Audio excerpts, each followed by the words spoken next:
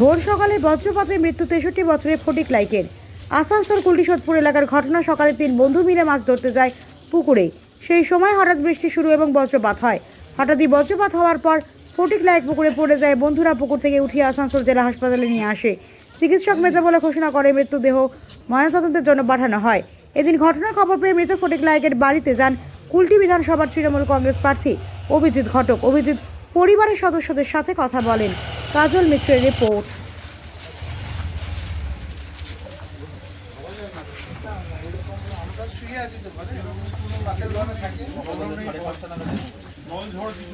অল্প সময় হয়েছিল, মাত্র 10 মিনিট বা 5 মিনিট টাইমই হয়েছিল।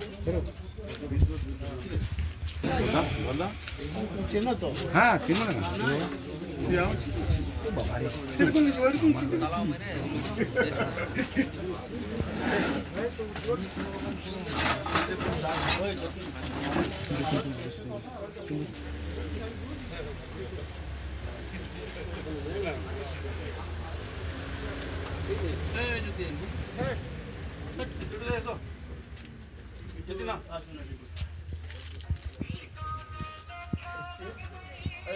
সকালবেলায় ভোরবেলায় মাছ ধরতে গেছে, উপরের দিকে পড়েছে এবং ছিটকে জলে পড়েছে, উঠাইছে, তারপরে ঘরে ওরা খবর দিয়েছে।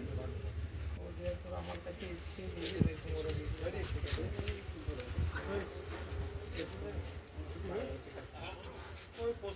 হয়নি বলতো।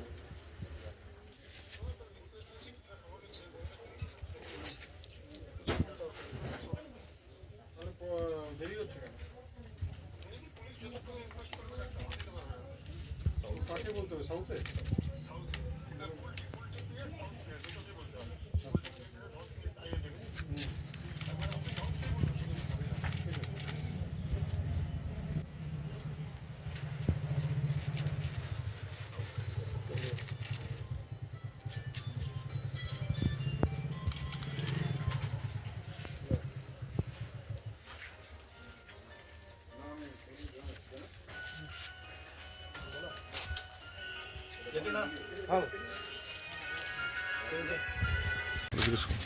দাদা, আজকে সোদপুরের আসার কারণটা কি?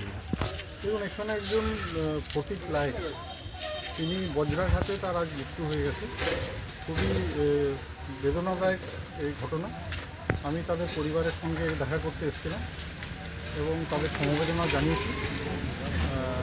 সব রকমভাবে পাশে দাঁড়াবার কথা আমি বলেছি। আমরা সবাই খুবই মর্মাহত যে এরকম একটা ঘটনা ঘটে গেছে। আমরা তার পরিবারের সঙ্গে আছি এবং পাশে আছি।